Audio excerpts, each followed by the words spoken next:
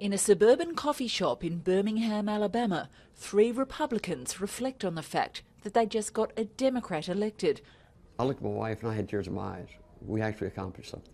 They were so against Roy Moore and his extreme views on things like homosexuality, race and gender that they switched parties and actively campaigned for Doug Jones. When I was pleasantly surprised that Doug Jones won and that Roy Moore lost, and that maybe this kind of rhetoric can just go away forever because it's not welcome anymore. Allegations of sexual assault against Moore sealed it. Now these red voters are purple and they have a message for their party. We need to do something to bring the conversation back into kind of the mainstream and include all people under that umbrella. In Washington, the president is digesting the fact that his own voters rejected his endorsement of Roy Moore, leaving him with a Senate majority of just 1. A lot of Republicans feel differently. They're very happy with the way it turned out. But I would have, as the leader of the party, I would have liked to have had the seat. After a surprise party last night, Democrat Doug Jones was facing reality.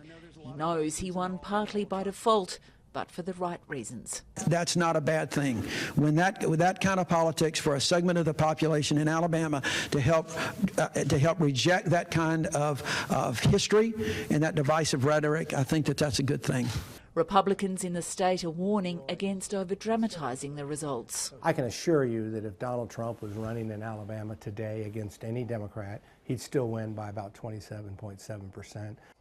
Although the circumstances here were unique, Doug Jones' victory over a Trump-backed candidate will give Democrats confidence that the president's brand of politics can be defeated. Democrat Beth Clayton is an 8th-generation Alabamian who embraces what the outcome says about women who call out harassment.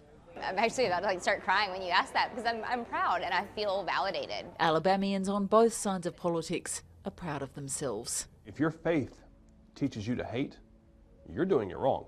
Roy Moore has still not formally conceded. Zoe Daniel, ABC News, Birmingham, Alabama.